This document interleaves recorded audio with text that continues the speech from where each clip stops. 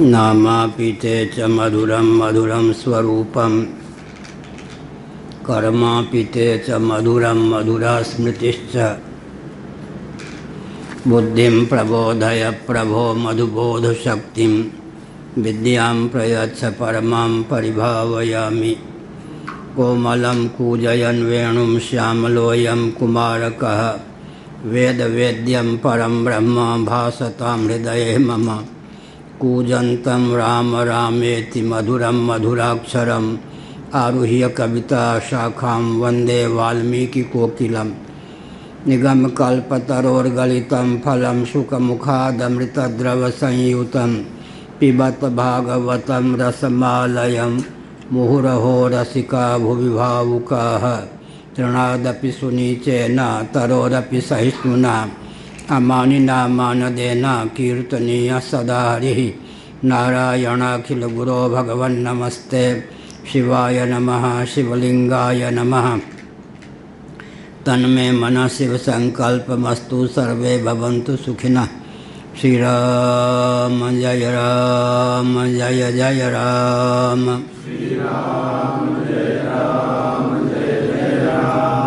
धर्म की अधर्म का प्राणियों में विश्व का गौ माता की गोहत्या भारत सर्वभूत हृदय धर्म सम्राट श्री स्वामी करपात्री जी महाराज की, श्री जगन्नाथ महाप्रभु की, श्री बलभद्र महाप्रभु की, भगवती सुभद्रा देवी की। हर हर महादेव। गोविंद जय जय गोपाल जय जय गोविंद जय जय गोपाल जय जय राधारमण हरि गोविंद जय जय राधारमण हरि गोविंद जय जय श्री कृष्ण गोविंद हरे मुरारे।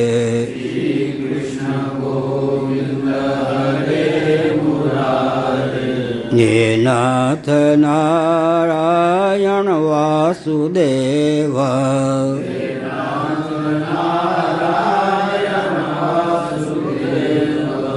गोविंद जय जय गोपाल जय जय गोविंद जय जय गोपाल जय जय राधारमण हरि गोविंद जय जय राधारमण हरि गोविंद जय जय श्री वृंदावन बिहारी लाल की जय।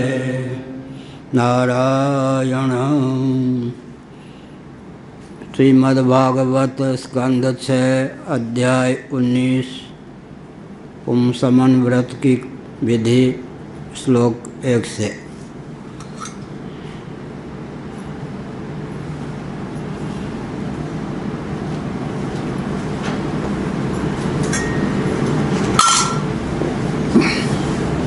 राजोवाच व्रतं पुंसवनं ब्रह्मन् भवता यदुदीरितं तस्य वेदितुमिच्छामि येन विष्णुः प्रसीदति। श्रीशुक उवाच शुक्ले मार्गशिरे पक्षे योषित् भर्तुरनुज्ञया आरभेत व्रतमिदं सार्वकामिकमादितः।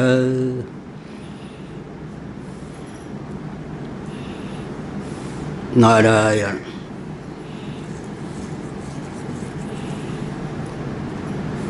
राजा परीक्षित ने प्रश्न किया, भगवान आपने पुंसमन व्रत का निरूपण किया है, यह भी आपके मुखारबिंद से अभिव्यक्त हुआ कि भगवान श्रीमन नारायण परात्पर पुरुषोत्तम उस व्रत के फलस्वरूप प्रमुदित हो जाते हैं, प्रसन्न हो जाते हैं। अब मैं आपके मुखारबिंद से उसकी विधि जानना चाहता हूँ। तस्य वेदितुमिच्छामि येन विष्णु प्रसीदति। भगवान शुक्र ने कहा, प्राचीन पाठ में वादरायण रुवाच है, नवीन में श्री शुक उवाच।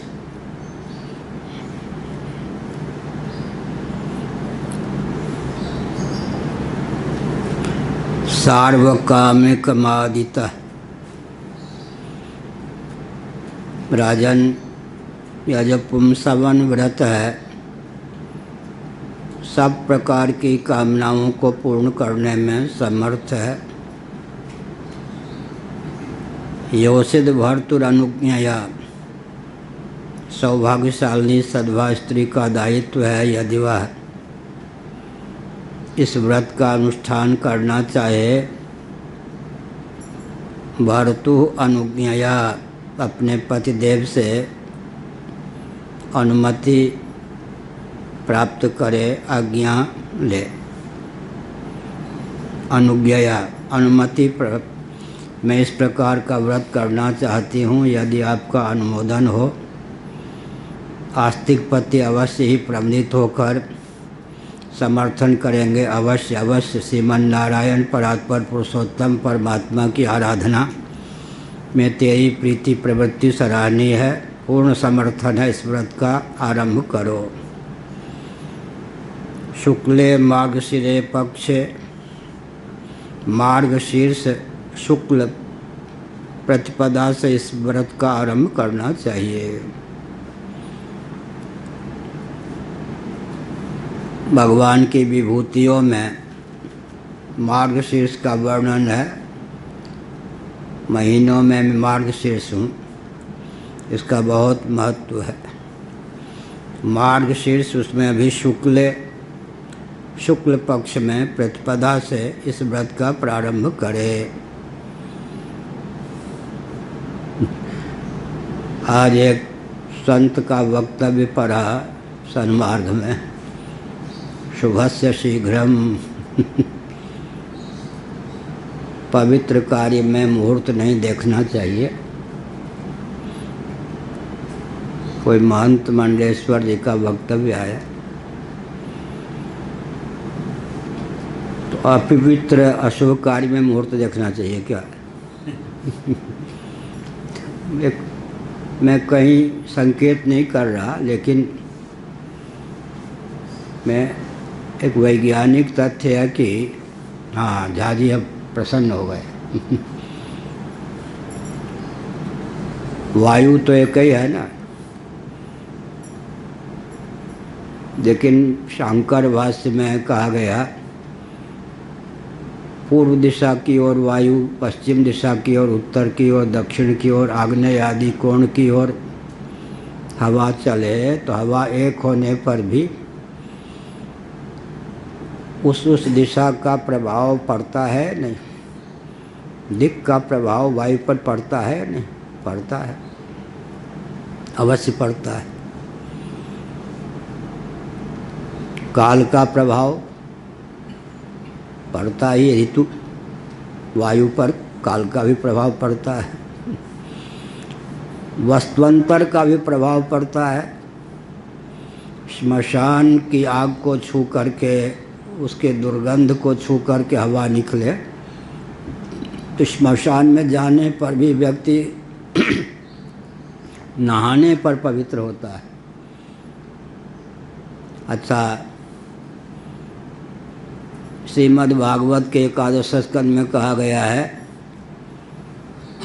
मन्निकेत, भगवान के जो मंदिर हैं जहाँ विधिवत उनकी प्रतिष्ठा है, उचित दूरी बनाकर उसके आसपास रहना निर्गुण निवास, निर्गुण कल्प विशुद्ध सत्वात्मक निवास। वन में रहना सात्विक है, नगर में रहना राजस निवास है। द्यूत मदिरा आदि के आसपास मदिरालय, द्यूत, ये सब रहना तामस निवास है। और भगवान कहते हैं कि हमारे निकेत, जहाँ मंदिर में वो प्रतिष्ठित हैं विधिवत, उसके आसपास रहना विशुद्ध सात्विक निर्गुण निवास है। तो हमने संकेत किया कि तिथि का, महीने का प्रभाव पड़ता है, नहीं पड़ता है ये नहीं। आधा तीतर आधा वटेर, यह कहावत चरितार्थ न हो। फिर व्यक्तिगत जीवन में ज्योतिष का यह भी सिद्धांत है कि मुझे ज्योतिषी मत समझ लीजिएगा, लेकिन ज्योतिष दर्शन भी अपने यहाँ से प्रकाशित है, किसी की नकल करके नहीं, शास्त्र के आधार पर ही हमने वो ग्रंथ लिखा था। तो ज्योतिष का यह भी सिद्धांत है कि व्यक्तिगत जीवन में कोई अत्यंत उल्लास का उद्रेक हो जाए तो समझना चाहिए कि उस उल्लास के साथ पवित्र मुहूर्त अपने आप जुड़ जाता है। लेकिन बाह्य कोई कार्य करना है, उसमें तिथि, महीने, उसमें भी सायं, प्रातः, मध्याह्न, इन सब का ध्यान अवश्य रखना चाहिए। समुद्र तो एक ही, जलाशय तो एक ही है ना, लेकिन रात्रि के समय नदी के तट पर रहना, घूमना निषिद्ध है, क्योंकि उस समय वो भूत, प्रेत, गंधर्व, यक्ष, किन्नर आदि का आधिपत्य होता है। समुद्र आदि के तट पर विभाग है। दिन में मनुष्य जा सकते हैं, आ सकते हैं, लेकिन रात्रि सूर्यास्त के बाद यक्ष, किन्नर, गंधर्व, इन सब का आधिपत्य हो जाता है। उनके लिए वो गंगा, यमुना आदि के तट होते हैं। काशी आदि को छोड़ करके रात्रि में शवदाह वर्जित है। जहाँ उत्तरायण, दक्षिणायन, अंतरिक्ष, भू आदि की विभाजक रेखा विगलित सी है काशी आदि में, वहाँ की बात दूसरी है। नहीं तो उत्तरायण का प्रभाव पड़ता है, दक्षिणायन का प्रभाव पड़ता है, दिन का प्रभाव पड़ता है, रात्रि का प्रभाव पड़ता है, तिथि आदि का प्रभाव पड़ता है। इसलिए ज्योतिष शास्त्र का बहुत महत्व है। शुभ मुहूर्त आदि का वर्णन है। उन्होंने यह भी एक संकेत किया कि वशिष्ठ जी तो बहुत बड़े ज्योतिषी थे और सर्वज्ञ कल्प ही थे। राज्याभिषेक के लिए मुहूर्त निकाला, वो मुहूर्त तो वन गमन का सिद्ध हो गया। ये उदाहरण उन्होंने दिया। जो भी हो, मैं एक संकेत करता हूँ कि वशिष्ठ जी को क्या मालूम नहीं था कि रामभद्र वनवासी होंगे। लौकिक विधा से उन्होंने मुहूर्त निकाला। राज्याभिषेक के अनुकूल मुहूर्त नहीं था, ये नहीं कह सकते। भगवान वनगमन उसी समय करेंगे जब राज्याभिषेक का समय आएगा। विमाता कुछ और वरदान मांग लेगी। मैं श्री राम जन्मभूमि को लेकर संकेत नहीं कर रहा। मेरा भाव ये है, आस्तिकता होनी चाहिए तो पूर्ण होनी चाहिए। इसलिए ऐसा नहीं हो सकता है कि आप सेकुलर संविधान को सनातन संविधान के साथ जोड़ दें। अविरुद्ध तो ले सकते, विरुद्ध नहीं। और मैं 2-3 दिनों से एक भाव व्यक्त कर रहा हूँ कि मरने के बाद जो संविधान लागू हो, जीवन काल में भी उसके प्रति आस्था होनी चाहिए। यमराज अगर ये स्वतंत्रता के बाद बने हुए संविधान के ही पक्षधर हैं तो बेशक उर्दू में कहूँ इस संविधान का आप पालन कीजिए, लेकिन परमात्मा के संविधान कुछ और हैं। मनुस्मृति आदि के अनुसार भगवान राम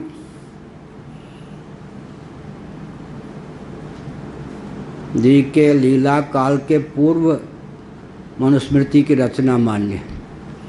वाल्मीकि रामायण में भी मनुस्मृति के वचन को प्रमाण के रूप में उद्धृत किया गया है। भगवान जिस संविधान को मान्यता देते हैं, जिसके आधार पर ब्रह्मांड की संरचना होती है, यमराज जिस संविधान को मानते हैं, आखिर मरने के बाद तो हम पर वो संविधान लागू होगा ही अनिच्छन्नपि। तो जीवन काल में उसका अनुपालन करें तो क्या आपत्ति है। और ऐसा भी नहीं कह सकते कि जीवन काल में उसका अनुपालन करें तो अहित होगा। अच्छा, हमारी मान्यता वहाँ काम करेगी। कल भी मैंने परसों भी कहा था, अगर कोई पुनर्जन्म को नहीं मानता है, पूर्व जन्म को नहीं मानता है, चेतना विशिष्ट शरीर को ही आत्मा मानता है, उसकी मान्यता क्या शास्त्रीय संविधान को स्वीकार है क्या। देहात्मवादी खुल के पाप करे तो मरने के बाद उसको अधोगति नहीं प्राप्त होगी, उसके संविधान के अनुसार, उसकी मान्यता के अनुसार क्या, वो तो वहाँ पर शास्त्रीय संविधान ही लागू होगा। तो जिस संविधान का अनिच्छन्नपि कम से कम मरने के बाद हमको पालन करने के लिए बाध्य होना ही पड़ेगा, जो संविधान हम पर मरने के बाद, देहत्याग के बाद क्रियान्वित होगा ही, उस संविधान में आस्था हो। फिर देश काल परिस्थिति इन सब का भी ध्यान स्वयं रखा गया है। ऐसा है कि मनुस्मृति आदि में कलिवर्ज्य प्रकरण है, कलिवर्ज्य प्रकरण ऐसा संविधान है। लेकिन कलयुग में कितने अंशों में वह अनुपालन योग्य है, कितने अंशों में नहीं। एक मैं संकेत करूं,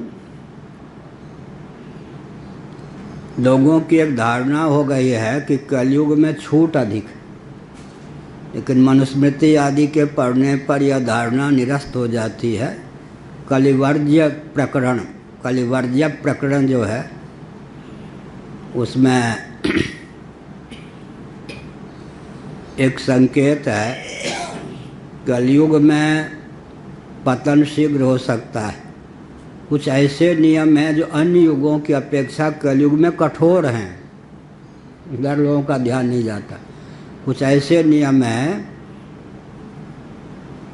जो कलयुग की अपेक्षा, अन्य युगों की अपेक्षा कलयुग में कठोर हैं, क्योंकि सत्वगुण की प्रबलता के बल पर अन्य युगों में क्या है, व्यक्ति फिसलने से बच जाता है।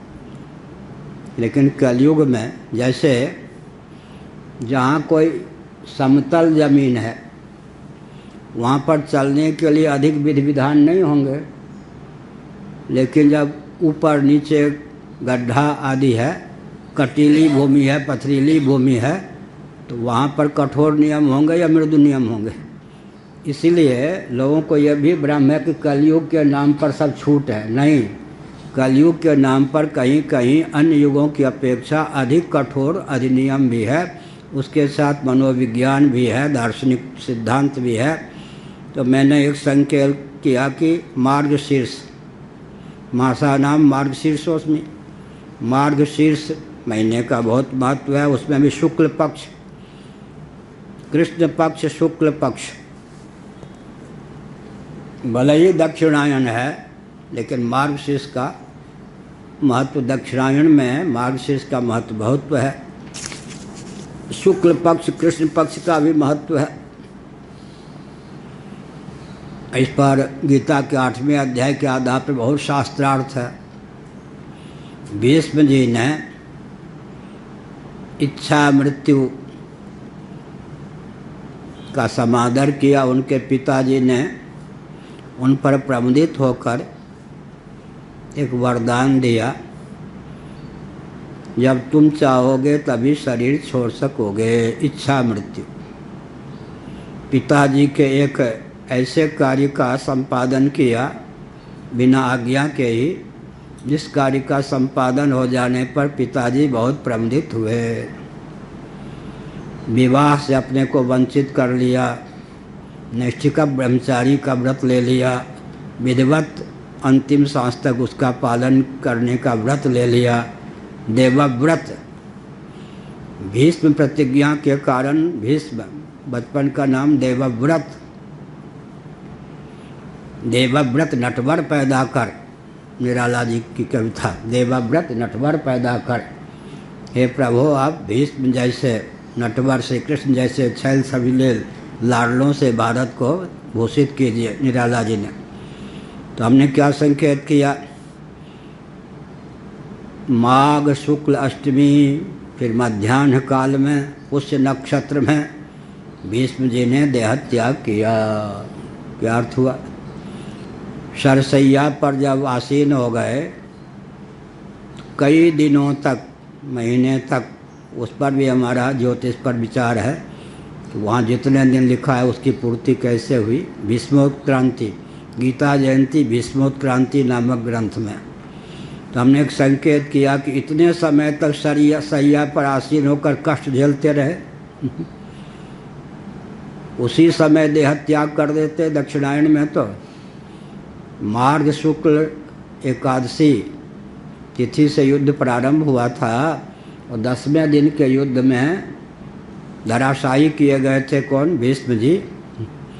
मार्ग शीर्ष शुक्ल एकादशी से हुआ था, शुक्लादि मासानुसार। तो क्या उसके बाद कृष्ण पक्ष में भी मार्ग शीर्ष होता, मार्ग शीर्ष शुक्ल एकादशी के बाद में 10 दिन गिन लीजिए, मार्ग कृष्ण पक्ष ही प्रारंभ होता है ना, मार्ग शीर्ष शुक्लादि महीना के अनुसार। तो जो धराशायी हुए थे वो मार्ग शीर्ष में ही हुए थे, अगहन के महीने में ही हुए थे। फिर इतने दिनों तक सरसैया की वेदना सहते रहे तो उत्तम महीने की प्रतीक्षा, उत्तरायण में शरीर त्याग करूं, देह त्याग करूं। तो माघ शुक्ल अष्टमी मध्याह्न काल पुष्य नक्षत्र में, दिव्य नक्षत्र में उन्होंने, दिव्य नक्षत्र में, नक्षत्र का भी हमने नाम लिया है अपने ग्रंथ में, उन्होंने देह त्याग किया। इसका अर्थ क्या है, शुक्ल कृष्ण गति ह्येते, भगवद गीता के 8वें अध्याय में गांधी जी ने गीता पर कुछ लिखा, इन श्लोकों पर का कुछ समझ में नहीं आ रहा क्या लिखा। ये मार्ग हैं, क्या, शुक्ल और कृष्ण पक्ष भी हैं, मार्ग के भी नाम। ऊपर के लोक को प्राप्त करने के लिए भू से भुवा, फिर स्व, फिर महाजना, तपा, सत्यम, यहाँ का मार्ग ऊपर जाने के लिए, ऊर्ध्व गति के लिए, ये सब कृष्ण और शुक्ल, शुक्ल कृष्ण, गति माने मार्ग, यहाँ पर गति का अर्थ है मार्ग। शुक्ल कृष्ण, शुक्ल और कृष्ण मार्ग के नाम है। उत्तरायण और दक्षिणायन महीने के भी नाम है, मार्ग के भी नाम। इस पर बहुत विचार है। कोई व्यक्ति दक्षिणायन में शरीर छोड़ दे तो फिर क्या होगा, उत्तरायण मार्ग से गमन करेगा या नहीं। भले ही दक्षिणायन में शरीर छोड़े, देह त्याग उसका दक्षिणायन में हो, लेकिन उसकी योग्यता यदि उत्तरायण मार्ग से ऊर्ध्वलोकों में जाने की है तो मार्ग उसको उत्तरायण का ही मिलेगा। फिर ये महीने का आग्रह क्यों, तो उस पर हमारा चिंतन है बहुत गंभीरता पूर्वक, और लगभग 74 से चिंतन है यह कि देवदूत क्या करेंगे। उत्तरायण दक्षिणायन मार्ग दोनों ऐसे होते हैं, ऐसे, ये नहीं ऐसे ऐसे नहीं है मार्ग, ऐसे हैं। जैसे यहाँ से हमको कल्पना कीजिए कलकत्ता जाना है, भुवनेश्वर भी जाना होगा, कटक भी जाना होगा।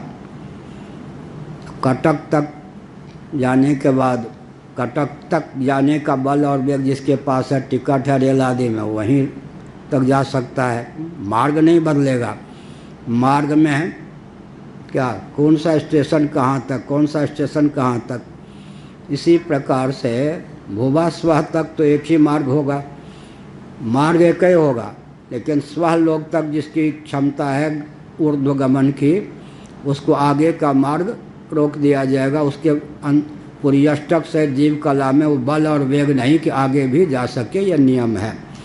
मार्ग दो नहीं है, मार्ग एक ही है, लेकिन वो मार्ग में देह त्याग के बाद पुण्य के प्रभाव से, उपासना के प्रभाव से जिस जीव में शुक्ल कृष्ण गति ह्येते, लगता है कि 2 मार्ग हैं, लेकिन होता क्या है कि आगे का मार्ग अवरुद्ध हो जाता। अवरुद्ध माने उस जीव को आगे जाने से रोक दिया जाता है। या मान लीजिए ऊपर बहुत दूर तक है, क्या सत्यलोक तक, हमने फुटबॉल में, कंदूक में ऊपर को उछाला वेग पूर्वक, अब हमारे बल और वेग के अनुसार ही वो कौन गेंद ऊपर जाएगी, और जाने के लिए रास्ता अवरुद्ध है, यानी छत वत पर गए, वृक्ष पर गए, नहीं मान लो पूरे खुला है सत्यलोक तक, लेकिन उस गेंद में जितना बल और वेग है उतने ही तो ऊपर उछलेगी, फिर नीचे आ जाएगी। इसी प्रकार से अगर किसी ने दक्षिणायन में देह त्याग किया, उत्तरायण मार्ग से जाने की उसकी क्षमता है, तो क्या होगा, उतनी अवधि तक मर्त्य लोक के अनुसार वो दिव्य लोक में जितने क्षण पढ़ते हो, मिनट पढ़ते हो, उतने समय तक बहुत आमोद प्रमोद, आजकल की भाषा में नाश्ता पानी, बढ़िया आहार विहार, नृत्य गान आदि के द्वारा उनको अटका करके प्रतीक्षा करनी होगी। जैसे हवाई जहाज आदि के लिए समय की प्रतीक्षा करते हैं, उसके बाद मार्ग दिया जाएगा, इतना सा प्रभाव पड़ता है। दक्षिणायन मार्ग में देह त्याग किया, लेकिन उत्तरायण मार्ग से गमन करने की क्षमता है तो जाएगा उत्तरायण मार्ग से। उत्तरायण के दिनों में देह त्याग किया, दक्षिणायन मार्ग से उत्क्रमण की क्षमता है, तो अब उत्तरायण हो या दक्षिणायन, पुरुषोत्तम मास को छोड़ दें तो 12 महीने में कभी न कभी तो शरीर त्याग करेगा, लेकिन नरक जाने की क्षमता है तो न उत्तरायण मार्ग की प्राप्ति होगी न दक्षिणायन मार्ग की प्राप्ति होगी। क्या मार्ग की प्राप्ति होगी? अधोगति की प्राप्ति होगी। अब जो जीवन मुक्त है पहले से, वो भी उत्तरायण दक्षिणायन में ही देह त्याग करेगा, लेकिन वो न उत्तरायण मार्ग से जाएगा न दक्षिणायन मार्ग से जाएगा, न अधोगति उसकी होगी, और यहीं पर विदेह कैवल्य प्राप्त कर लेगा। घट के फूट जाने पर, घटोदक के लुढ़क जाने पर घटाकाश उदकाकाश जैसे महाकाश के रूप में ही अवशिष्ट रहता है, वैसे ही। तो ये मैंने प्रसंग अनुसार कुछ ज्योतिष की बात कह दी। मार्ग शीर्ष शुक्ल प्रतिपदा सबका असर पड़ता है। एक ब्रह्मचारी जी की कथा सुनाए कुछ गुरुदेव कोई संस्मरण नहीं बताते थे, लेकिन हम पर इतना उनका अनुग्रह था, बाल गोपाल ही मानते थे, संस्मरण सुना देते थे अपने आप। ये कोई ऐसा उनके व्यक्तिगत जीवन का संस्मरण नहीं था। फिर भी एक ब्रह्मचारी जी ने कहा, महाराज मन बहुत चंचल हो जाता है। कुछ गुरुदेव ने कहा, ब्राह्मण हैं, ब्रह्मचारी हैं, गायत्री का पुरस्चरण कीजिए। रोने लगे। महाराज 4 पुरस्चरण किया।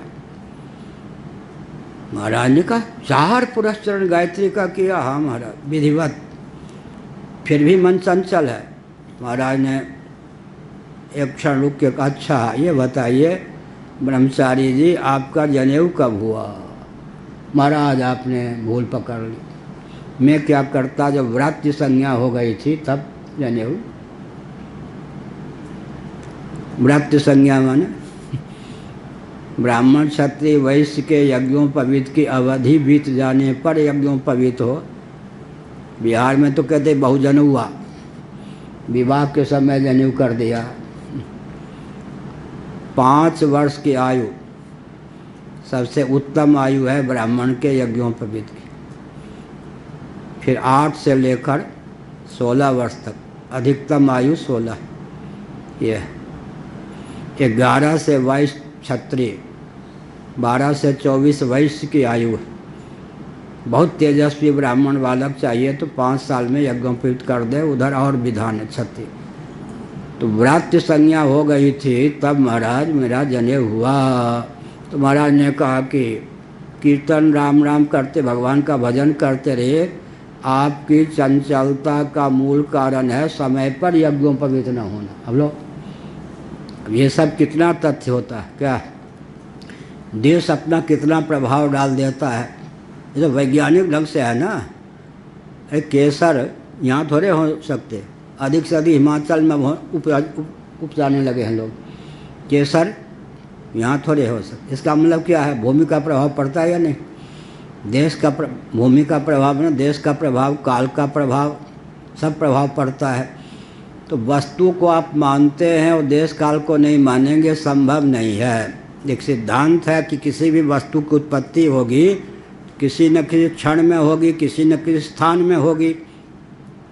वस्तु को मानते हैं तो दिक् काल को मानने के लिए बाध्य हैं। इसीलिए काल का भी प्रभाव पड़ता है। कुछ गुरुदेव ने कहा, एक दिन मैंने संस्मरण में बताया था, महाराज प्रतीक्षा कर रहे थे कि उत्तरायण आवे तो शरीर छोड़ूं। रउआ जी थे, मैं था। वो बहुत बढ़िया रामचरितमानस में है, जोग भोग मह राखेव गोई राम बिलोकत प्रकटव सोई। जनक जी के लिए दो प्रकार के व्यक्ति होते हैं, भोग को योग में दुरा के रखने वाले, दूसरे होते योग में भोग को दुरा के रखने वाले, तीसरा अगर कहें तो बाह्याभ्यंतर भोग बाह्याभ्यंतर योग। तो जनक जी प्रारब्ध को देखते हुए राज्य संभालने के लिए योग भोगमह राखेव गोई, योगीराज होने पर भी बाहर से राजकाज संपादन में दक्ष गृहस्थ बाल बच्चे ये सब, तो भोगी सरीखे परिलक्षित होने पर भी भोग में योग को छिपा के रखा था। राम बिलोकत प्रकटहु सोई, जब राम जी का दर्शन हुआ तो बस वो जो गुप्त योग था, अंतर्निहित योग था, वो उभर के सामने आ गया। इन्हीं विलोकत अति अनुरागा वरवस ब्रह्म सुखई मन त्यागा, सहज विराग रूप बन मोरा थकित होत जिम चंद्र चकोरा। इन्हीं विलोकत अति अनुरागा वरवस क्या है, ब्रह्म सुखई मन त्यागा। ये विश्वामित्र जी इन्हीं है। ये कहाँ से ले आए इन दो युवकों को? इन्हीं विलोकत अति अनुरागा, मुझे विदेह के मन में अत्यंत अनुराग उत्पन्न हो रहा है इन युवकों को देखकर, किशोरों को देखकर, बालकों को देखकर। बरवस ब्रह्म सुखई मन त्यागा, ब्रह्म सुख का आस्वादन करने वाला जो मेरा मन है, हठात उससे उचट करके इनमें रम गया है। मेरे मन को, मुझ विदेह के मन को कोई विश्व सुंदरी या विश्व सुंदर ब्रह्म से उचटा कर अपने में रमा दे क्षमता नहीं है। कोई कमी रही होगी वैराग की तो ना, सहज विराग रूप मन मोरा। पहले जब रामायण की कथा कहते थे तब किसी के मन में वैराग्य होता है, मेरे मन में वैराग्य नहीं है। वैराग्य रूपी धातु ने ही मानो मेरा मन का रूप धारण किया है। सहज विराग रूप मन मोरा, लोटा में पानी, मन में वैराग्य। इंद्रियाणि मनोबुद्धि रस्याधिष्ठान मुच्यते, इंद्रिय मन बुद्धि में काम रहता है, तो जब राग रहता है इंद्रिय मन बुद्धि में, तो वैराग्य कहाँ रहेगा? इंद्रिय मन बुद्धि में। प्रजाति यदा कामान सर्वान पार्थ मनोगतान, जब काम या राग रहता है मन में, मनोज, तो फिर वैराग्य भी कहाँ रहेगा? मन में। मन में वैराग्य है तो मानो लोटे में जल है तो लोटा जल से पृथक हो, सिद्ध हो ही गया क्या? सहज विराग रूप मन पोरा, वैराग्य रूपी धातु ने ही मानो इस विदेहराज जनक के मन का रूप धारण किया है। लेकिन थकित हो तो जिम चंद्र चकोरा, पूर्ण चंद्र को देखने में जैसे चकोर बिल्कुल अपलक नेत्रों से देखते हैं, पक्षियों के तो पलक अपलक नेत्र होते ही यहाँ देखते हैं। तो ये क्या बात है? जिसमें मेरा मन रमा है वो निर्गुण ब्रह्म ही निरावरण इन कुमारों के रूप में अभिव्यक्त न होता तो मुझे जनक के मन को, सहज वैराग्यशील मन को ब्रह्म सुख से उचटा कर अपने में रमा नहीं देता।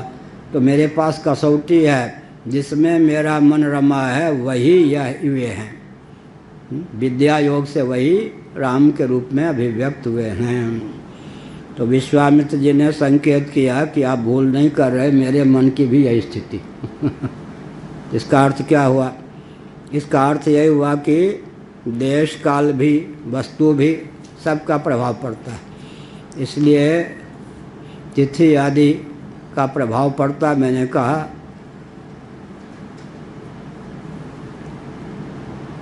मुहूर्त ना देखे, किसी दिन किसी भी घड़ी में चंद्रग्रहण हो सकता है। हाँ, किसी भी घड़ी में किसी भी दिन में सूर्य ग्रहण हो सकता है। सूर्य चंद्रमा कोई अनुदार नहीं है कि वो तिथि का ध्यान रखें। लो, बड़े खुश हो रहे होंगे कुछ लोग। मैं कहीं आलोचना नहीं कर रहा, विज्ञान है ना, विज्ञान का तिरस्कार कैसे करेंगे? क्या विज्ञान का तिरस्कार आप कैसे करेंगे? यहाँ तक कि अंतरिक्ष यान भी तिथि आदि के हिसाब से सफल होते हैं। क्या अंतरिक्ष यान भी तिथि आदि के हिसाब से सफल होते हैं। इसलिए हमने कहा कि भगवान का सुखदेव जी ने बताया मार्ग शीर्ष, फिर शुक्ल, फिर प्रतिपदा। दक्षिणायन में भी उत्तम उत्तम योग होते हैं। बहुत बढ़िया तुलसीदास जी ने लिखा। यहाँ आरा वरा के तो कोई नहीं है ही। मगध गया अधिक तीरथ जैसे। वो बहुत चिढ़ते हैं। कौन? भारतभूषण जी। मगध गया अधिक तीरथ जैसे। काशी है ना, राजा की जो कोठी है वो गंगा जी के उस पार। तो जब कोई राज परिवार में, वहाँ के राज परिवार भूमिहार कुल का कोई राज परिवार में बीमार होता तो उसको काशी की सीमा में ले आते। इसलिए आनंदमयी माँ के द्वारा स्थापित चिकित्सालय ये सब। अच्छा, वो जो है BHU के चिकित्सालय वो भी काशी की सीमा से बाहर है, गंगा पार उधर न होने पर। तो इसका मतलब उस पार मगह है, इस पार काशी है। काशी और मगह। जो कबीरा काशी मरे राम ही कौन निहोर। तो ये काशी के महत्व को उज्ज्वल करना हुआ या नहीं? मगह में देह त्याग करके भी मेरी सदगति हो तब तो कबीर कबीर है। और काशी में मर के मोक्ष पाया तो क्या पाया? वो तो सामान्य कीट पतंग भी मर जाएगा, पापी तापी भी काशी में देह त्याग करने का सौभाग्य प्राप्त कर लेगा तो सदगति होगी ही। ये काशी के महात्म्य का खंडन थोड़े हुआ। जो कबीरा काशी मरे राम ही कौर निहोर। नाम ही वो तो इतनी महिमा है कि वो तो भगवान जो भी हो, तापी हो पापी हो, काशी में देह त्याग हो गया। कीट पतंग से पाप क्या होगा? भोग योनि है। पापी तापी मनुष्य भी कदाचित काशी की सीमा में देह त्याग करने का योग प्राप्त कर ले तो मगह में मर के भी अगर मेरी दुर्गति ना हो तब राम जी का ये महिमा है। ये भी तो काशी कहा। लइहों करवत काशी, किसने कहा? सूरदास जी ने। देखो कहाँ रहते थे? ब्रज में। महिमा किसकी गा दी? लइहों कर, गोपी के मुँह से। लइहों करवत काशी, काशी में करवत लेके देह त्याग कर दूंगी। देह त्याग कर दूंगा तो काशी ब्रज वालों के लिए भी काशी काशी का महत्व है ना। सामान्य नियम है अन्य तीर्थों में देह त्याग करे तो एक बार काशी में देह त्याग करने का अवसर मिलेगा तो परम मोक्ष हो जाएगा। काशी की महिमा बहुत है। इसका अर्थ यह हुआ क्षेत्रों में जैसे काशी, पुराणों में जैसे कौन? भागवत, देवों में वैष्णवों में जैसे शिव। श्रीमद् भागवत के द्वादश स्कंद के अंतिम अध्याय में लिखा या नहीं? तो इतना मैंने कह दिया। मार्ग से शुक्ल प्रतिपदा से इस व्रत का आरंभ करना चाहिए।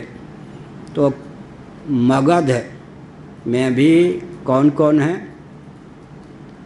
गया आदि तीर्थ हैं। तो भगवान क्या करते? मगध में भी गया आदि जो तीर्थ हैं वो पुण्यप्रद हैं। ऐसे ही दक्षिणायन में भी मार्गशीर्ष हो, शुक्ल हो, प्रतिपदा हो, ये सब जो तिथियां हैं वो बहुत ग्राह्य हैं, उत्तम हैं। ये मतलब देवोत्थान एकादशी के बाद मानो देवता जग जाते हैं। देवोत्थान एकादशी के बाद मानो देवता जग जाते हैं। नारायण निसभ्य मरुताम जन्म ब्राह्मणान अनुमंत्र्य च शुक्ले मार्गशिरे पक्षे योषित भर्तुरनुज्ञया आरभेत व्रतमिदं सार्वकामिक मादितः, सब प्रकार की कामना को पूर्ण करने में समर्थ जो यह व्रत है, पुंसमन व्रत, पतिदेव की अनुमति प्राप्त करके मार्ग से शुक्ल प्रतिपदा से इसका प्रारंभ करे। पतिव्रता देवी सती साध्वी। इस सब में मरुताम जन्म, महापुरुष का जन्म भी दिव्य है। तो महापुरुषों के जन्म की कथा भी कोई सुन ले तो जीवन में दिव्यता आती है। यहाँ कौन हो गए? मरुदगण। मरुदगण दिति के गर्भ से जैसे 49 मरुदगणों की अभिव्यक्ति हुई, उस कथा का श्रवण करे, उसे लाभ क्या होगा? दिति ने किस व्रत का आलम्बन लिया कि उनके लाडले लाल 49 मरुदगण हो गए। इंद्र जैसे योगीराज, वज्र जैसे आयुध का प्रयोग करके भी एक के 49 करने में तो समर्थ हो गए, मारने में समर्थ नहीं हुए। इससे भगवान विष्णु व्रत आदि के प्रति आस्था उत्पन्न होगी या नहीं? मरुदगण की उत्पत्ति के संवाद को, उत्पत्ति की कथा को जो सुनेगी या जो सुनेगा, उसके जीवन में भगवान की आराधना का क्या महत्व है, उसका वर्णन। मरुदगण आज समाप्त हो गए, अभी भी हैं मरुदगण आज भी हैं। कहाँ जी? गर्भ में ही मारने जा रहे गए थे वो। कौन? इंद्र। लेकिन मरुदगण की आयु कितनी हो गई? अब जब तक प्रलय ना हो तब तक मरुदगण रहेंगे ही। यह है मरुदगण की कथा जो सुनेगा, उसके जीवन में क्या व्रत के प्रति आस्था होगी। दिति के जीवन में इतना तेज ओज होने का प्रताप जगा कि लक्ष्य अपवित्र होने पर भी व्रत की महिमा के फलस्वरूप पेट में जो गर्भ था, वो गर्भ इंद्र के प्रयास करने पर भी मर नहीं सका। कैमुत का न्याय से इसका मतलब व्रत का कितना महत्व है। दिव्य व्रत। कहीं अब दो बात हो, लक्ष्य भी पवित्र हो। इंद्र को मारने का भाव था ना, उद्देश्य अपवित्र लेकिन मार्ग पवित्र। ये विचित्र कथा है। सोने में सुगंध, हीरे की अंगूठी में, सोने की अंगूठी में हीरे का नग, सोने में सुगंध, सोने की अंगूठी में हीरे का नग, और क्या है? सोने में सुगंध की कहावत है। कहीं वो व्रत करे और लक्ष्य भी पवित्र हो तो और दिव्य 4 चांद लग जाए। इसलिए मरुदगण की कथा सुने, फिर क्या करे? ब्राह्मणान अनुमंत्र्य च। अब देखिए 2 जगह आज्ञा। पति से तो अनुज्ञा प्राप्त हो गई, अनुमंत्र्य च। ब्राह्मणों से भी आचार्य जो होंगे ना, कर्मकांड कौन कराएंगे? श्री राम शर्मा के अनुयायी, या जबरदस्ती आचार्य बन गए विश्वामित्र जी? वो देवताओं ने संविधान को माना क्या? यजमान को पोट लिया विश्वामित्र जी ने। ब्राह्मणोचित चरु से जन्म होने पर भी क्षत्रिय के गर्भ से उत्पन्न हुए थे ना, तो गर्भगत त्रुटि तो थी उस समय, बाह्याभ्यंतर ब्राह्मणत्व की अभिव्यक्ति नहीं हुई थी। वशिष्ठ जी ने टाल दिया यजमान को, जब समय मिलेगा तो हमारे अनुष्ठान कर देंगे। पंडित चलता है कर्मकांड, हमसे करा लो भाई। विश्वामित्र टपक पड़े, यजमान और इनकी बात गठबंधन। ठीक है, विश्वामित्र के आचार्यत्व में यजमान तो बन सकते थे विश्वामित्र, क्षत्रिय होने के कारण, आचार्य नहीं बन सकते थे। अब यहाँ पर भी सेकुलर संविधान डालेंगे क्या? आप वर्णाश्रम को नहीं मानोगे तो सेकुलर संविधान कोई भक्ति मुक्ति विरक्ति कहीं पहुँचने देगा क्या? जिस सेकुलर संविधान में भारत को सुरक्षित रखने की व्यवस्था भी नहीं है, संशोधन पे संशोधन करते जाओ, फिर भी जिसके कारण मरे ही जा रहा है, गले ही जा रहा है भारत, उसकी परलोक में धर्म कर्म में क्या गति होगी। लौकिक दृष्टि से भी जो उन्नत संविधान नहीं है, उधार लिया हुआ है, अपरिष्कृत है, उसका आलम्बन लेकर के क्या धार्मिक आध्यात्मिक संस्थानों का सेकुलरकरण करोगे तो क्या होगा देश का। इसलिए अपने अधिकार की सीमा में चेष्टा उचित होती है, अनधिकार चेष्टा सर्वथा अनुचित। लालू यादव जी सावधान, मुलायम सिंह जी सावधान, अखिलेश यादव जी सावधान, अशोक सिंघल जी सावधान। आप लोगों ने 4-4 नहीं 24-24 शंकराचार्य बना दिया। कोई शंकराचार्य टिक पड़े आपके बनाए हुए कोई शंकराचार्य टिक पड़े क्या। विश्वामित्र जी ने आचार्य बन करके यज्ञ तो करा दिया। देवताओं ने कहा विश्वामित्र के आचार्यत्व में जो यज्ञ संपन्न हुआ है उसकी आहुति मैं नहीं लूँगा, आहुति नहीं लूँगा। दृष्ट फल चाहिए था किसको, यजमान को, फल ही नहीं मिला। वहाँ बगावत काम नहीं देंगे क्या क्या, वहाँ बगावत काम नहीं देगा, अनुपालन ही करना होगा। इसलिए विडंबना है, इस पर विचार करने की आवश्यकता है। मैं शंकराचार्य के पद पर प्रतिष्ठित विधिवत हूँ, अब बुरा न मानो, सत्य ही बोलता हूँ। जिनकी गद्दी है उनके द्वारा चुना हुआ। पूर्वाचार्य महाराज गद्दी पर थे, उन्होंने अभिषेक किया हो तो ठीक, भगवान शंकराचार्य की गद्दी है, आदि शंकराचार्य के द्वारा ही चुना गया हूँ। ये भी मुझे अच्छी तरह मालूम है, कोई झूठ की बात ही नहीं है। इसी मठ की गाथा है,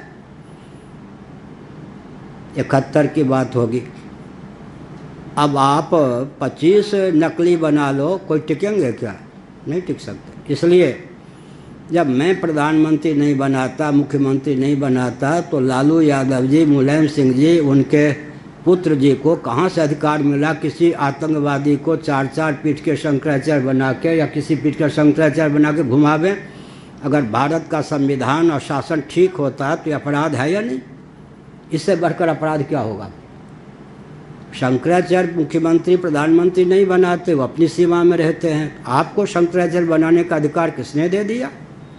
अराजकता की पराकाष्ठा हुई या नहीं, उन्माद की पराकाष्ठा हुई या नहीं। अशोक सिंघल जी को धर्माचार्य बनाने का अधिकार किसने दिया। इस स्वतंत्र भारत में स्वतंत्रता का यह दुरुपयोग है या नहीं, इस पर विचार करने की आवश्यकता है या नहीं। इस पर निष्पक्ष भाव से देश के अस्तित्व आदर्श के साथ खिलवाड़ करने की जो स्थिति है वो राष्ट्र के लिए पतन का हेतु है या नहीं, उस पर विचार करना चाहिए। हाँ, तो वहाँ पर चंपत राय जी सुन ही चुके मेरा मंगलाचरण, उस दिन शायद वहाँ थे। आप राम जी को सेकुलर बनाओगे, आप बहुत समय तक जीवित रहें, कदाचित आपके चेले आपके देहत्याग के बाद आपकी मूर्ति बना ही दें, पुजारी कोई रखे। आप जाति पात नहीं मानते। राम जी के पुजारी, राम जी तो आज भी विद्यमान है, राम जी का पुजारी आप किसी को रख देंगे तो पूजा जाएगी राम जी तक क्या। एक बात है।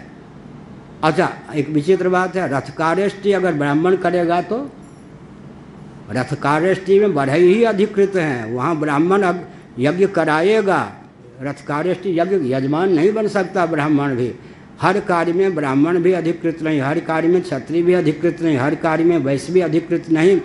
तो राम जी के नाम पर उन्माद का परिचय देंगे, सेकुलरकरण राम जी का करेंगे, देश कहाँ जाएगा। देश का सेकुलरकरण करने पर तो देश का उत्कर्ष नहीं हो रहा है। और राम जी को राम जी का सेकुलरकरण करके उन्माद की पराकाष्ठा है या नहीं। अगर भारतीय संविधान उसके जानकार और न्यायाधीश ठोस हों तो दंड के पात्र आप लोग सिद्ध होंगे, उन्माद के पात्र राष्ट्र की भक्ति कहाँ से सिद्ध होगी जी। इस पर विचार करने की आवश्यकता है। हो गया मार्क्सिस्ट, बहुत बढ़िया ढंग से बता दिया हमने। निशम्य मरुतम जन्म ब्राह्मणानाम अनुमंत्र्य च। अब ब्राह्मणों से भी क्या, यज्ञशाला में कौन होते हैं, उधर तो पति से आज्ञा ली, अब कर्म कांड करने के लिए आपकी आज्ञा हो आचार्य जी तो मैं बैठूं, मैं कर्म प्रारंभ करूं, वहाँ ब्राह्मण की भी अनुज्ञा चाहिए। बहुत बढ़िया। अब आपने ब्राह्मण कोई गलत बना के रख दिया तो वो क्या होगा, वहाँ सेकुलर संविधान नहीं चलेगा, कृत्रिम बना हुआ ब्राह्मण नहीं काम देगा। वहाँ शास्त्रीय संविधान के अनुसार जो ब्राह्मण है वही ब्राह्मण गिना जाएगा। यहाँ कुछ भी कर लीजिए क्या, इस पर विचार करने की आवश्यकता। अब कोरोना ने हम लोगों का मार्ग और प्रशस्त कर दिया। क्या कोरोना ने हम लोगों का मार्ग और प्रशस्त कर दिया? क्या कर दिया या नहीं? जो निषेध है मनुस्मृति आदि में सबका अनुपालन करना पड़ेगा। क्या करना पड़ता है या नहीं? इसका अर्थ है कोरोना ने ही सेकुलरवाद को थप्पड़ मार दिया सारी मान्यताओं को फेंक दिया और शास्त्रीय मान्यताओं पर क्या किया? वज्रपात किया। नहीं, शास्त्रीय मान्यताओं को उभार के रख दिया। तो फिर बोलिए आगे क्या होगा? एक कोरोना के झटके ने मांसाहार घातक चीन से आवाज़ आने लगी। लो जी, अब क्या करोगे चीन से आवाज़ आने लगी, जहाँ कितने 52 प्रकार के मांस का सेवन होता है, वहाँ से शाकाहार की महिमा आने लग गई। इसका अर्थ क्या हुआ? एक कोरोना के झटका ने ही 25% वास्तविकता को उत्पन्न करने में अपनी भूमिका प्रस्तुत कर ही दी। अगर 3 कोरोना अगर आ गए कालक्रम से तो राम राम, हर प्रांत की आर्थिक स्थिति, हर मठ की आर्थिक स्थिति, हर विभाग की आर्थिक स्थिति चरमरा गई या नहीं? भगवान ही बच्चा में लोगों को गाय को भोजन कहाँ से मिलेगा, मनुष्यों को रोटी भी कहाँ से मिलेगी, ऐसी भयंकर परिस्थिति। लेकिन ये क्या है? दिव्यम ददामि चक्षुः। एक कोरोना का झटका ने ही आधुनिक सेकुलरवाद पर कम से कम 25% थपेड़ा मार करके पानी फेर दिया। जिसका मतलब ऋषियों के द्वारा परीक्षित, चिर परीक्षित, प्रयुक्त जो सिद्धांत हैं उनका आलम्बन लेकर पूर्ण सफलता संभव है। स्नात्वा शुक्लदति शुक्ले वसीतालंकृतांबरे प्रातःकाल प्रतिदिन दातवन आदि शुक्लदति शुक्ले दातवन आदि स्नान आदि से संपन्न होकर दांत आदि को साफ करके स्नान करे। शुक्ले वसीतंकृतांबरे 2 श्वेत वस्त्र धारण करे। आभूषण भी पहले ये अलंकृतांबरे सर्व शुक्ला सरस्वती।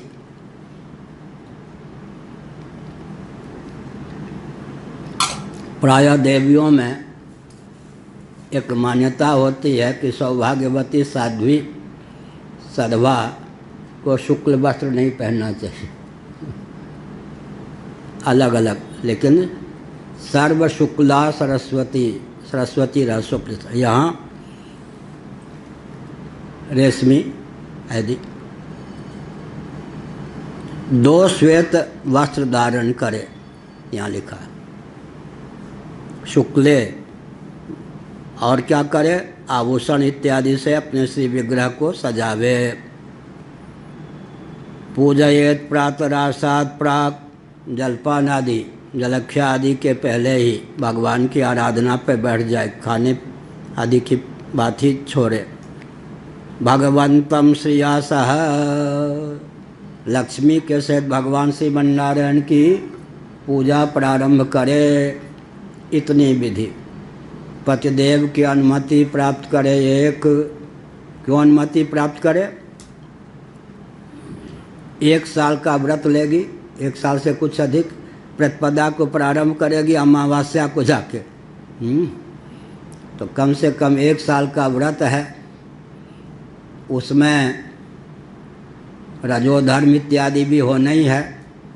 रजोधर्म की दशा में इस प्रकार के नियम का पालन होगा नहीं है, तो पति ही उसके स्थान पर करेंगे। अब पति ही कह दें मैं विलायत जा रहा हूँ या मेरी अनुमति नहीं है, तो बात टूट जाएगी। इसीलिए आगे आवेगा, गृहस्थ अगर है, पति कोई पुण्य कार्य विशेष कार्य करता है तो पत्नी उसके फल में शामिल है। पत्नी कार्य करती है तो पति को भी फल प्राप्त होता है। कुछ आचार्य सभा में कहा करते थे, कहते हैं, कुछ कहीं वचन होगा, पत्नी के किए हुए पाप पुरुष पति को प्राप्त हो जाते हैं, उसके किए हुए पुण्य पति को प्राप्त नहीं होते। ऐसा नहीं, यहाँ पर लिखा है स्पष्ट कि व्रत की पूर्ति में दोनों की सहभागिता चाहिए। पति कोई काम करता है, गृहस्थाश्रम स्वीकार करने के बाद ही तो पति होगा, उस पुण्य का फल पत्नी को भी प्राप्त होता है। पत्नी कोई कार्य करती है पुण्य, तो उसका फल पति को भी प्राप्त होता है, एक दूसरे के पूरक होते हैं।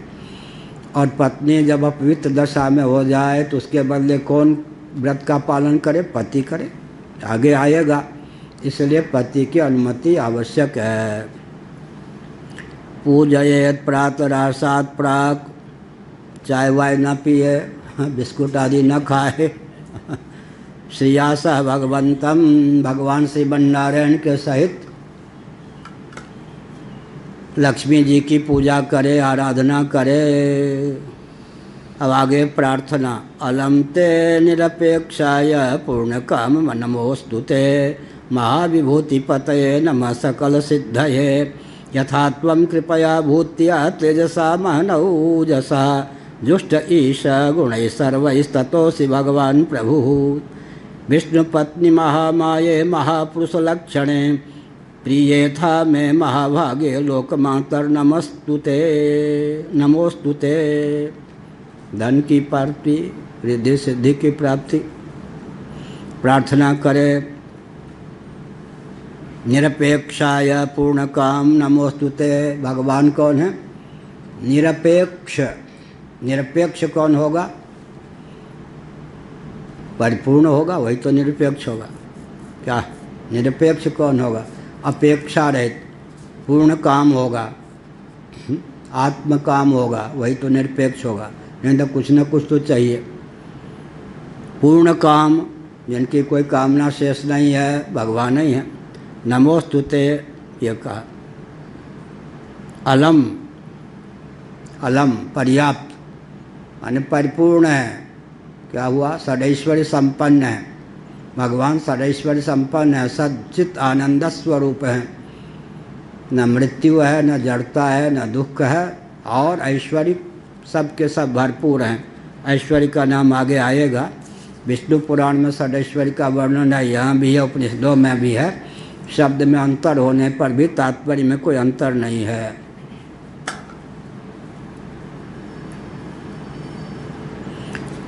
माम भजन्ति गुणा सर्वे निर्गुणम निरपेक्षकम सुहृदम प्रियमात्मानम साम्या संगादयो गुणा। आगे भागवत में आया है, माम भजन्ति गुणा सर्वे, दिव्याति दिव्य गुणगण भी मेरा भजन करते हैं। निर्गुणम निरपेक्षकम, मैं गुणों का परम अधिष्ठान हूँ। निरपेक्ष माने मुझे दिव्यात दिव्य गुणगणों से भी कुछ लेना देना नहीं, क्योंकि मैं परिपूर्ण हूँ। तो फिर भगवान में जो दिव्यात दिव्य गुणगण हैं वो किसके लिए है? माँ के पयोधर में जो धवल दुग्ध है, बाल गोपाल के पोषण के लिए है, भक्तों के पोषण के लिए है। भगवान को अपने दिव्यात दिव्य गुणगणों से, क्योंकि वो शेष हैं गुणगण, भगवान शेषी हैं। भूषण को भूषित करने वाले, भागवत में आया या नहीं? भूषण को भूषित करने वाले। और लोग जो आभूषण धारण करते हैं स्वयं भूषित होने के लिए, भगवान जो आभूषण धारण करते हैं, कटक मुकुट कुंडल आदि, भूषण को भूषित करने के लिए, भूषण से भूषित होने के लिए नहीं, भारत भूषण भूषण से बढ़िया, चोटी बहुत बढ़िया रखते, बढ़िया बोलने में बढ़िया, फक्कर है। भागवत आदि कथा कहते दक्षिणाक्षर नहीं, हाँ वैष्णवों के बीच में रहकर उनको भी बहुत मार पड़ी। कहते थे वैष्णवों के बीच में सब चेला बनाने के लिए तैयार थे। तिलंडी स्वामियों का क्षेत्र, वहाँ पर और खूब मोटे चोटी और खूब भस्म लगा के एकदम, हाँ हमसे दीक्षा लेने के पहले की बात है, डटे रहे मोर्चे पर। हाँ? इसका मतलब निष्ठा है, बहुत बढ़िया है। सुन ही रहे होंगे शायद, या सुनेंगे बाद में। तो इसका मतलब क्या हुआ? इसका मतलब क्या हुआ? निरपेक्ष। भगवान फिर क्या कहना? पूर्ण काम है। आपको नमस्कार या नमोस्तुते। नमस्कार का क्या अर्थ हुआ? जिसके प्रति नमन करेंगे उसके गुणगण हम में आ जाएंगे। क्या? जिसके प्रति हम जिसको नमन करेंगे उसके गुणगण हम में आ जाएंगे, और जिससे अकड़ जाएंगे जिसके सामने अकड़ जाएंगे वो क्या होगा? अब कोई बंदूक की गोली दिखा के हम सब लोगों से ज्ञान ले सकता है क्या? बंदूक की गोली दिखा करके हमसे कोई ज्ञान ले सकता है क्या? नमन करके ही तो लिया जाएगा ना। नमन ये, अरे टोटी जहाँ लगी है उसके नीचे रखोगे जब लोटा को, तब जल पाएगा या क्या करोगे? ऊपर भी है, ऊपर है, मान लो ऊपर से निकालने की विधा है, टोटी भी है, होते ना, दोनों जगह है। ऊपर से भी फिर लोटा को तो नीचे ले जाना पड़ेगा या नहीं? तो लोटा में जल कब भरेगा? सरोवर का पानी वहाँ और ये लोटा की है, और फिर ऐसे कर दो तो भी नहीं जाएगा। वो तो जो विधा है जल भरने की, उस विधा का अवलंबन लेना पड़ेगा। इसीलिए अलम ते निरपेक्षाय पूर्ण काम नमोस्तुते, आपको नमस्कार है। नमन कहने से ही, हृदय से नमस्कार करने से ही क्या होगा? बस समर्पण हो जाएगा। जो समर्पित हो जाता है, समर्पित हो जाता है का मतलब क्या हुआ? प्रकारांत से जिसके प्रति समर्पित हो रहे हैं उसको अग्नि मान करके हमने क्या किया? अपने आप को उसमें होम दिया। और जल मानेंगे समुद्र, समुद्र मानेंगे उसके पे भी समर्पित हो गए। माने समर्पण का अर्थ ही होता है एक प्रकार से जिसके पे समर्पित होते हैं, जिसको नमन करते हैं, उसमें हमने अपने आप को सन्निहित कर दिया, तो उसके गुणगण आ जाएंगे। महाविभूतये पतये नमः सकल सिद्धये, सकल सिद्धियों के आप स्वरूप भी हैं, उनके अधिपति भी हैं, संपूर्ण सिद्धि देने में समर्थ भी हैं, संपूर्ण सिद्धियों के अधिपति भी हैं। आपको नमस्कार करती हूँ। इस प्रकार से भगवान की आराधना करे, उनको नमस्कार करे। सौभाग्यशालिनी देवी, यथा तुम कृपया भूत्या तेजसा महिनौ जसा। ये बढ़िया 6 ऐश्वर्य यहाँ क्या क्या हैं? 6 षड्भग ऐश्वर्य। कृपया कृपा के द्वारा, भूति के द्वारा, तेजसा तेज के द्वारा, और महिनौ जसा महिमा के द्वारा, ओज माने वीर्य के द्वारा। कृपा 1, विभूति 2, तेज 3, महिमा 4, वीर्य 5। कृपा 1, विभूति 2, तेज 3, महिमा 4, वीर्य 5, और अन्य जो ऐश्वर्य हैं उनके द्वारा आप संपन्न हैं, षडैश्वर्य संपन्न हैं। षडैश्वर्य में सब ऐश्वर्यों का समावेश हो जाता है। इस प्रकार से ऐश्वर्य, यश, धर्म, वैराग्य, ज्ञान, इन सब से परिपूर्ण हैं। कर्म उपासना के फलस्वरूप ये विभूतियाँ आपको प्राप्त नहीं हैं, विभूतियों के आश्रय आप हैं। एकांशेन स्थितो जगत, सर्वाधिष्ठान आप हैं। इसलिए कर्मोपासना के फलस्वरूप आंशिक विभूति की प्राप्ति जीवों को होती है। आप तो सबके उद्गम स्थान, अधिष्ठान स्वरूप हैं। माया, भगवती, लक्ष्मी जो हैं उनके भी परम आश्रय रूप आप हैं। ऐसी स्थिति में निसर्ग सिद्ध सकल रिद्धि सिद्धियों के आश्रय, और लक्ष्मी की दृष्टि से कहें तो सकल रिद्धि सिद्धियों के स्वरूप ही आप हैं। नारायण। श्री राम जय राम, जय जय राम। श्री राम जय राम, जय जय राम। श्री राम जय राम, जय जय राम। श्री राम जय राम, जय जय राम। धर्म की अधर्म का प्राणियों में, विश्व का, गौ माता की, गोहत्या, भारत, सर्वभूत हृदय धर्म सम्राट श्री स्वामी करपात्री जी महाराज की, श्री जगन्नाथ महाप्रभु की, श्री बलभद्र महाप्रभु की, भगवती सुभद्रा देवी की। हर हर